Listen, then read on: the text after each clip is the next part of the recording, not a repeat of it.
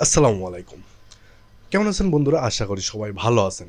তো আমাদের ফোনের যে স্টোরেজ দেখা যায় অনেক সময় 128 জিবি স্টোরেজ কিন্তু তেমন কিছু না থাকা সত্ত্বেও ফুল হয়ে গেছে। তো এই সমস্যার সমাধান কিভাবে করবেন তা চলুন মোবাইল স্ক্রিনে দেখে নেই। প্রথমে আপনার ফোনের প্লে স্টোর ওপেন করে নেবেন। তারপরে সার্চ অপশানে গিয়ে সার্চ করবেন জিরো ক্লিনার লিখে।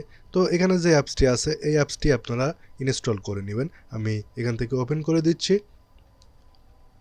তো ওপেন করার আগে আপনার প্রথমবার ইনস্টল করলে অনেকগুলো পারমিশন চাইতে পারে, আপনারা পারমিশনগুলো দিয়ে দেবেন।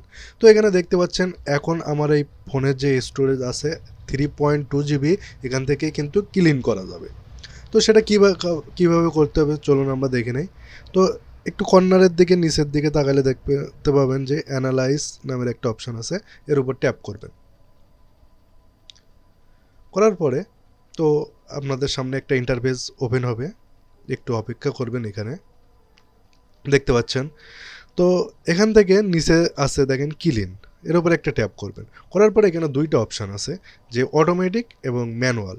তো এখান থেকে আপনারা ম্যানুয়াল সিলেক্ট করে দেবেন, কারণ যদি অটোমেটিক সিলেক্ট করেন তাহলে কিন্তু অটোমেটিক্যালি হয়ে যাবে।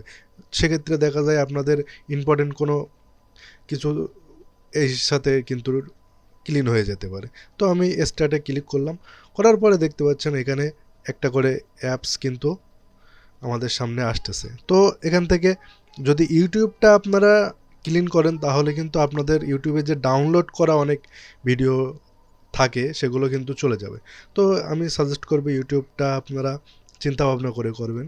তো এখানে ফেসবুক আসছে, আমি আপাতত ফেসবুকটাও করতে চাচ্ছি না। তো আমরা এখান থেকে চেঞ্জ করতে পারি।